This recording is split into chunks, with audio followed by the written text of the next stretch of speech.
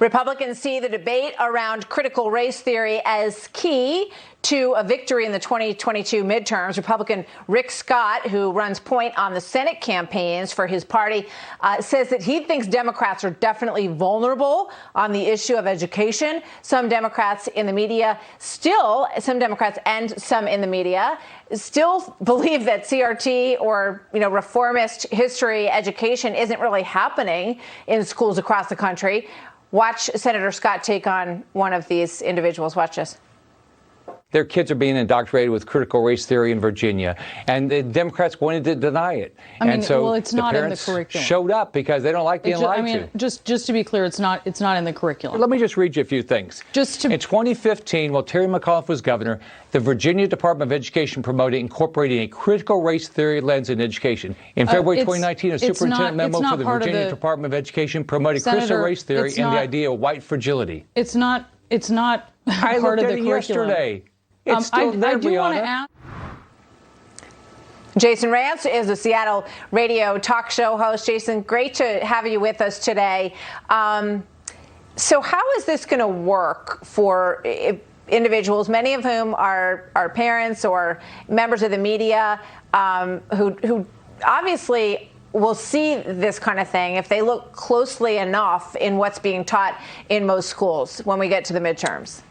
Yeah, you don't even have to look that closely. It's pretty out there. Now, the Democrats here and media members who are clearly leading in the Democratic side, they're pretending that we didn't just go through a year in which students were learning remotely, where a parent was in the other room trying to do their own work, but then hearing some of this toxic garbage coming out of that laptop from the teacher's mouth. It would be one thing if there wasn't all of this proof, and yet for some reason they haven't moved away from this talking point at all, and very clearly that strategy is not working.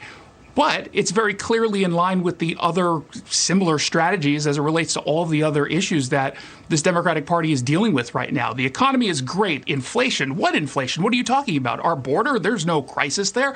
They keep pretending. They're gaslighting us. And I don't know why they think this is a winning battle. I can't tell if this is them being delusional, if they just don't want to believe this, or if they think ultimately it's not going to connect outside of, certain states or certain districts. But I think this is a winning issue, and the Republicans have to stay on it.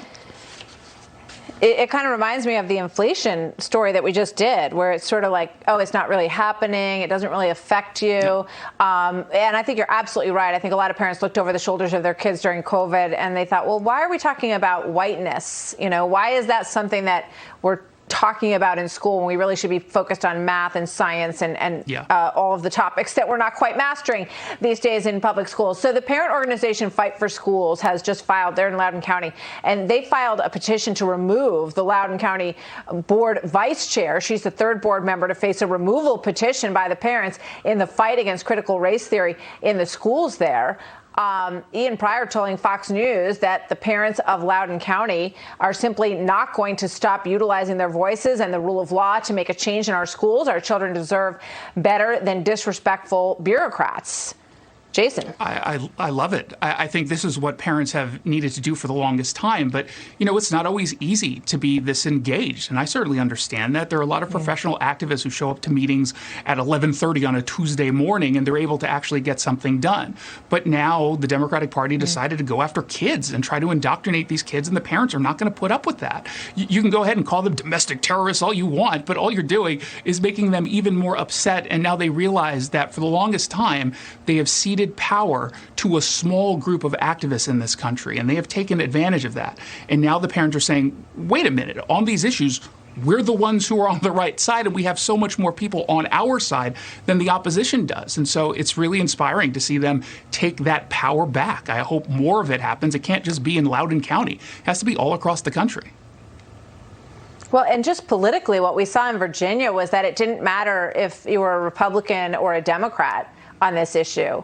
We saw a lot of people crossing party lines to vote in favor of candidates that they thought were going to take this more seriously. Quick thought on that, Jason, before we let you go. Yeah, it's not political. When you decide to teach kids that this country is founded on white supremacy, that is still institutionalized and it has to be dismantled, it's wrong, and people are going to call it out. Jason, thank you. Great to see you today. So thank